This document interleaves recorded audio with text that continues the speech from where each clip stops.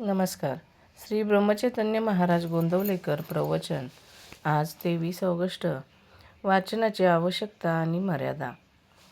पोथ्या आणि संतांचे ग्रंथ आपण मोठ्या प्रेमाने वाचतो आणि सांगतो, पण तशी कृती करत नाही, म्हणून आपण देवाला अप्रिय होतो. संतांचे ग्रंथ हे अगदी प्रिय व्यक्तीच्या पत्राप्रमाणे मन लावून वाचावेत. हा ग्रंथ माझ्याचकरिता सांगितला आहे, तो कृतीत आणण्याकरिता आहे, ही भावना ठेवून वाचन करावे. ग्रंथ लिहिणाऱ्याची तीव्र इच्छा असते की लोकांनी आचरण करावे. त्यावरची टीका वाचताना मूळ ग्रंथातला मतितार्थ लक्षात आणावा. भाषांतरकार हा भाषांतरामध्ये आपले थोडे घालतोच. मूळ ग्रंथ वाचणे हे केव्हाही चांगले. संतांचे ग्रंथ हे आईच्या दुधासारखे, तर टीका आणि भाषांतर हे दाईच्या दुधासारखे आहेत. हा फरक जाणून घ्या. कित्येकांच्या बाबतीत वाचन हे सुद्धा एक व्यसन होऊन जाते. उगीच वाचित बसण्यात फायदा नाही. नुसत्या वाचनाने काही साधत नाही. जितके वाचावे तितका घोटाळा मात्र होतो. वाचावे कुणी, तर ज्याला पचविण्याची शक्ती आहे त्याने. बाकीच्या लोकांनी फार वाचू नये.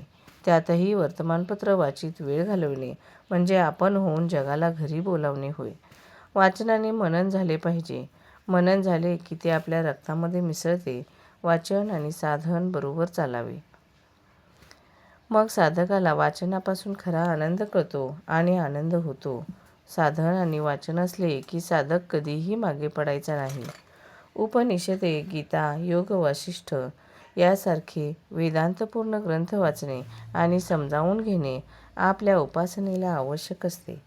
गीता ही सर्व ग्रंथांची आई आहे. प्रवृत्ती आणि निवृत्ती, कर्मयोग आणि कर्मसन्यास यांचे एकीकरण करण्यासाठी गीता सांगितली आहे. हे लक्ष ठेवून ती वाचावी. वेदांत हा आचरणात आणल्याशिवाय त्याचा उपयोग नाही. हितकारक गोष्ट आचरणात आणलीच पाहिजे. समजा आपण एका गावाला जायला निघालो आहोत आणि मोठ्या रस्त्याने जात आहोत.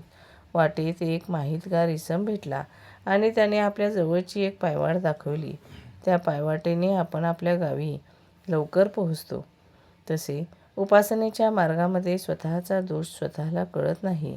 आपले मन ताळ्यावर राहत नाही. अशा वेळी गीतेसारख्या ग्रंथांच्या वाचनाने आपला दोष आपल्याला कळतो आणि आपली चूक आपल्याला कळली तर आपण लवकर सुधारतो. पोथी वाचायची ती कशाकरिता? साध्य काय, साधन काय हे जाणून घेऊन त्याप्रमाणे कृती करण्यासाठी. धन्यवाद.